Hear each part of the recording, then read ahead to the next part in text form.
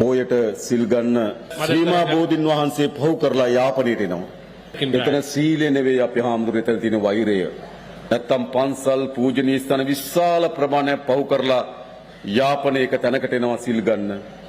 සීලය වෙනුවෙන් නෙවෙයි වෛරය වෙනුවෙන්. ඒ වගේම සෑම දිනයකම ගිහලා සෑම පෝයකටම ගිහලා පන්සල ගාව වට වෙනවා. ඉඩම් වෙනුවෙන් නෙවෙයි ජාතිවාදය වෙනුවෙන්. பல தசாப்தங்களாக நாங்கள் දශක ගණනාවක් විතර සැකයෙන් වෛරයෙන් ක්‍රෝධයෙන් ජීවත් වුණා. பல தசாப்தங்களாக நாங்கள் சந்தேகத்தால் இருந்தோம். මොනවද අපිට ලැබුණේ? என்னது எங்களுக்கு மிஞ்சியது? යුද්ධ තිබුණා. யுத்தம் இருந்தது, ගැටුම් තිබුණා. முருகல் நிலை இருந்தது, උතුර දකුණ දෙමව්පියන්ගේ දරුවා අහිමි වුණා.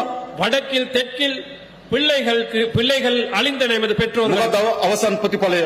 என்னது இறுதியான பெருபேறு? දරුවා අහිමි දෙමව්පියන්, பிள்ளைகள் இல்லாத பெற்றோர்கள், නිවාස අහිමි පවුල්, வீடுகள் இல்லாத குடும்பம், ස්වාමී අහිමි බිරින්දෑවරුන්, கணவர் இல்லாத மனைவிமார்கள். අවසන් ශේෂපත්‍ර මහ ව්‍යසනයක්. இறுதியிலே மிகவும் கவலைகரமான நிலையை மிஞ்சியது. ඒ නිසා අපිට අවශ්‍යයි ஆகவே நமக்கு தேவை යලි මේ රට කිසිසේත්ම இந்த நாட்டை ஒருபோதும் ජාතිවාදී ගැටුමකට නොයන இனவாத முருகல் நிலைக்கு போகாத ජාතික සමගිය මත தேசிய ஒற்றுமையின் அடிப்படையிலே සහෝදරත්වයෙන් ලෙන්ගතුකමෙන් ගොඩනැගෙන ජාතියක් අපි හදන්න ඕන. சகோதரத்துவமாக நல்லிணக்கமாக ஒன்று சேர்ந்த ஒரு தேசியம் ஒன்று, மக்கள் நாடொன்று நாங்கள் ඒ அமைக்க නිසා வேண்டும். කිසිදු තැනක ஆகவே எந்த ஒரு இடத்திலும் කිසිදු වර්ග ජාතිවාදයකට எந்த ஒரு இனவாதத்திற்கும் යලි மீண்டும் නැගිටීමට ඉඩ දෙන්නේ නැහැ. தலை தூக்க நாங்கள் இடமளிக்க மாட்டோம். මා දන්නවා තැනින් තැන ජාතිවාදී පොඩි ගුලි කරකිනවා. ஆனால் ஒரு சில இடங்களிலே இனவாத சம்பவங்கள் நடக்கின்றன. පූජා භූමියක් කේන්ද්‍ර කරගෙන ගැටුම් පවතිනවා. ஒரு புனித ஸ்தலத்தை அடிப்படையாக கொண்ட முருகல் நிலைகள் ஏற்படுகின்றன. පෝයට සිල් ගන්න பௌர்ணமி அன்று அந்த சில்லெடுக்கும் பௌத்த ශ්‍රීමා மத බෝධින් වහන්සේ පහු කරලා යාපනයට එනවා. திரிமாபோதி அந்த புனித ஸ்தலத்தை கடந்து யாழ்ப்பாணத்துக்கு வந்திருக்கின்றார். එතන සීලය නෙවෙයි අපි හාමුදුරුවෝ එතන තියෙන වෛරය. அந்த இடத்தில் கூட பகை வைராக்கியம் தான் காணப்படுகின்றன. නැත්තම් පන්සල් පූජනීය ස්ථාන විශාල ප්‍රමාණයක් පහු කරලා යාපනයක තැනකට එනවා සිල් ගන්න. සීලය වෙනුවෙන් නෙවෙයි වෛරය වෙනුවෙන්. ஆகவே சில நேரங்களிலே அந்த தென்பகுதியில் இருக்கும் விகாரைகளை கடந்து சில பௌத்தர்கள் இங்கே வருகின்றார்கள். அந்த வடக்க ஸ்தலங்களை செய்வதற்கு, அந்த தழுவல்கள் செய்வதற்கு. ඒ වගේම සෑම දිනයකම ගිහලා සෑම පෝයකටම ගිහලා පන්සල ගාව වට වෙනවා.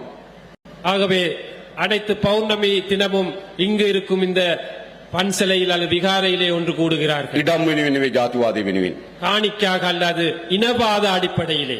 මා අපේ බුද්ධියන්ස වලට කිව්වා හොයලා බලන්න කියලා. ඒ හැම පෝයටම ඇවිල්ලා එතන කෑ ගහන අය කාගේ හරි ඉඩමක් එතන තියෙනවද කියලා. நான் புலனாய்வுத்துறையை சொன்னேன். புலனாய்வுத்துறைக்கு ஒவ்வொரு பௌர்ணமி அன்றும் அங்கு வந்து ஆர்ப்பாட்டம் செய்யும் அந்த நபர்களுக்கு யாராவது அந்த இடத்திலே காணி இருக்கா என்று ඒ தேடிப்பார்கள். නිසා බලය අහිමි වෙන ජාතිවාදී කණ්ඩායම් ஆகவே அதிகாரத்தை இல்லாமல் செல்லும் இந்த இனவாத சக்திகள் කුඩා කුඩා තැන්වල යලි ජාතිවාදය උසවන්න උත්සාහ කරනවා. சின்ன சின்ன இடங்களிலே இனவாத சம்பவங்களை அடிப்படையாக வைத்து ஆர்ப்பாட்டங்கள் செய்கிறார்கள். ඒ කිසිදු ජාතිවාදී ප්‍රවණතාවයකට යලි අපේ රටේ හිස උසවන්න අපි ඉඩ දෙන්නේ නැහැ. எந்த ஒரு இனவாத செயலுக்கும் நாங்கள் மீண்டும் தலை தூக்குவதற்கு இடம் அளிக்க மாட்டோம் என்று கூற விரும்புகிறேன். අපිට ඕන ජනතාව ගහගන්න රටක් නෙවෙයි. எங்களுக்கு தேவை மக்கள் சண்டை பிடிக்கும் முருகல் நிலைப்படுத்தும் நாடு அல்ல. අපිට ඕන සහෝදරත්වයෙන් ජීවත් වෙන රටක්. எங்களுக்கு தேவை எல்லாமே நல்லிணக்கத்தோட ஒற்றுமையாக வாழும் ஒரு நாடு. අපිට ඕන අනේකා කරේ සැකයෙන් බලන තරුණයන් නෙවෙයි. எங்களுக்கு தேவை இன்னொருத்தரை சந்தேகமாக பார்க்கும் ஒரு நாடு. අනේකා කරේ ආදරයෙන් විශ්වාසයෙන් බලන තරුණයන් අපිට අවශ්‍යයි. மற்றவர்களை அன்பாக நம்பிக்கையாக அவதானிக்கும் ஒரு நாடு தேவை. අපි ඒ සඳහා ක්‍රියාමාර්ග රැසක් අරගෙනමින් තිබෙනවා. அதற்காக நாங்கள் எத்தனையோ வேலை திட்டங்கள் எடுத்திருக்கின்றோம். පළමු කොටම හොඳ ආර්ථික හයියක් තියෙන්න ඕන. முதலாவதாக எங்களுக்கு ஒரு நல்ல பொருளாதார பலம் இருக்க வேண்டும். ක්‍රීඩාවට සාහිත අවස්ථා විශාල ප්‍රමාණයක් අපි නිර්මාණය කරන්න ඕන. அதற்காக விளையாட்டுத்துறையை நாங்கள் மேம்படுத்த வேண்டும். සාහිත්‍ය කලාව සංගීතය චිත්‍රපටයට මේ යාපනයේ අලුත් තත්ත්වයක් අපි හදන්න ඕනකම இதே තිබෙනවා. போன்று இலக்கியம், சினிமாத்துறை, நாடகத்துறை போன்ற இந்த இலக்கியத்துறை இந்த யாழ்ப்பாண பகுதியில் நாங்கள் வளர்க்க අනේකා வேண்டும். කරේ වෛරයෙන් බලන මනස අයින් කරන්න ඕන. மற்றவரை பகையோடு பார்க்கும் அந்த மனநிலையை நாங்கள் இல்லாதொழிக்க வேண்டும். තෙතමනය සහ කම්පනය අනේකා ගැන ආදරය තියෙන සමාජයක් අපි හදන්න ඕන. மற்றவர் தொடர்பாக அன்பு செலுத்தும் ஒரு நபரை நாங்கள் உருவாக்க வேண்டும். අපේ ජනතාව එහෙම තමයි. எங்கள் மக்களுக்கு தேவை அதுதான். මා දන්න මෙතන ඉන්න උතුරේ ජනතාව විශාල ප්‍රමාණයක් எனக்கு தெரியும் இங்கிருக்கும் இந்த வடக்கில் வாழும் கணிசமான மக்கள் පළමු වතාවට වෙන්න පුළුවන් මා දකින්නේ. முதலாவது தடவையாக இருக்கலாம் சில நேரம் இன்றைக்கு சந்தித்தது. හැබැයි අපි විශ්වාස කරලා තිබෙනවා. ஆனால் எங்களை நம்பி இருக்கின்றார்கள், நம்பி අපි ආදරයෙන් වැළඳගෙන තිබෙනවා. நாங்கள் எங்கள் அன்பாக நடந்து கொள்கிறார்கள். මම ඔබට එක සහතිකයක් දෙන්නම්. நான் ஒரு உறுதியை வழங்குகிறேன். ඔබ අප කෙරෙහි තබා තිබෙන විශ්වාසය කිසිසේත්ම බිඳවටන්නේ නැති බව මම ඔබට සහතික කරනවා. நீங்கள் எம் மீது வைத்திருக்கும் அந்த நம்பிக்கையை ஒரு போதும் நாங்கள் அதை இடைநிறுத்த மாட்டோம் என்று, தீங்கு விளைவிக்க மாட்டோம் என்று ඔබ கூறுகிறோம். පළමු වතාවට நீங்கள் முதற் தடவையாக ආණ්ඩුවක් කෙරෙහි විශ්වාසය තබලා තිබෙනවා. அரசாங்கத்தை நம்பினீர்கள். ඉස්සර උත්තර කොහොමද? முன்பு காலத்திலே இந்த வடமாகாணம் எப்படி? හැමදාම ආණ්ඩුවට එරෙහි. இந்த நாளும் அரசாங்கத்துக்கு எதிராகத்தான் මොකද්ද செயல்பட்டது. යාපනයේ තිබුණු මතය? என்ன கருத்து இந்த வடமாகாணத்தில் இருந்தது? දකුණේ තියෙනවා සිංහල ආණ්ඩුවක්, උතුරේ අපිට දෙමළ ආණ්ඩුවක් ඕන කියලා කිව්වා. என் பகுதியிலே ஒரு சிங்கள அரசாங்கம் இருக்கின்றது, ஆகவே வடமாகாணத்துக்கு எங்களுக்கு தமிழ் அரசாங்கம் ஒன்று தேவை. දකුණේ තිබුණු ආණ්ඩුව උතුර ජනතාවට දැනුනේ තමන්ගේ ආණ්ඩුවක් කියලා. என் பகுதியில் இருக்கும் அரசாங்கம் நீங்கள் விளங்கவில்லை, நீங்கள் உணரவில்லை உங்களது அரசாங்கம் என்று. හැබැයි මම ඔබට එකක් කියන්නම්. நான் ஒன்றை கூற விரும்புகிறேன். දකුණේ තිබුණු ආණ්ඩුව දකුණු ජනතාවට දැනුනේත් නැහැ තමන්ගේ ආණ්ඩුවක් කියලා. தென் பகுதியில் இருந்த அரசாங்கங்களுக்கு, தென்பகுதி மக்களுக்கும் ஒரு உணர்வு இருக்கவில்லை அந்த மக்களுடைய அரசாங்கம் என்று. උතුරට විතරක් නෙවෙයි දකුණටත් ඒව ආණ්ඩු නෙවෙයි. வடக்குக்கு மட்டுமல்ல, தென்பகுதிக்கும் அவை அரசாங்கங்கள் அல்ல. ඉතා සීමිත පවුල් කීපයක වමනා වෙනුවෙන් හදපු ආණ්ඩු. ஒரு சில குடும்பங்களின் தேவைக்காக அமைத்துக் கொண்ட அரசாங்கங்கள், තමගේ මිතුරන් වෙනුවෙන් හදපු ආණ්ඩු. தமது நண்பர்களுக்காக அமைத்துக் கொண்ட அரசாங்கங்கள், තමගේ ඥාතීන් වෙනුවෙන් හදපු ආණ්ඩු. தமது உறவினர் உற்றாருக்கு தேவையான அரசாங்கம். ඒව තමයි ලංකා ඉතිහාසයේ හැදුණු ආණ්ඩු. அவை தான் இலங்கை வரலாற்று முழுவதும் அமைத்த ඔබ அரசாங்கம். ලංකාවේ පළමු වතාවට இலங்கையிலே முதற் தடவையாக ජනතාවගේ ආණ්ඩුවක් හැදලා තිබෙනවා. மக்களுடைய ஆட்சி ஒன்று மலர்ந்திருக்கின்றது. අද යාපනයේ ජීවත් වෙන ඔබ විශ්වාස කරන එක ඔබේ ආණ්ඩුවක් කියලා. இன்று யாழ்ப்பாணத்தில் வாழும் மக்கள் நம்புகிறார்கள் அவர்களுடைய அரசாங்கம் என்று. දකුණේ ජනතාවත් එහෙමයි.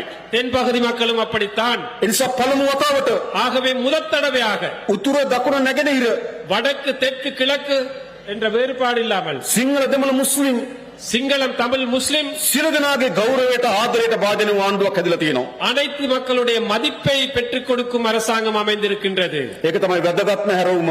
அதுதான் மிக முக்கியமான திருப்பு முனை. සැක කරමින් අපිට ඉස්සරහට යන්න බෑ.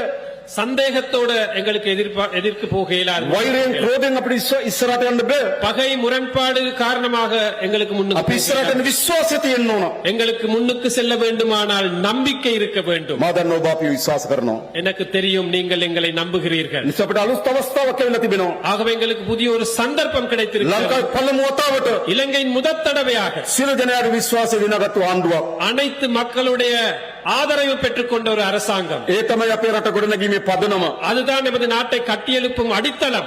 ඒ පදනම මත අපි මේ රට ගොඩනගනවා. அந்த அடித்தளத்தை வைத்து நாங்கள் இந்த நாட்டை අපි கட்டியெழுப்போம். නීතිය විධාන ආධිපත්‍ය තහවුරු කරනවා.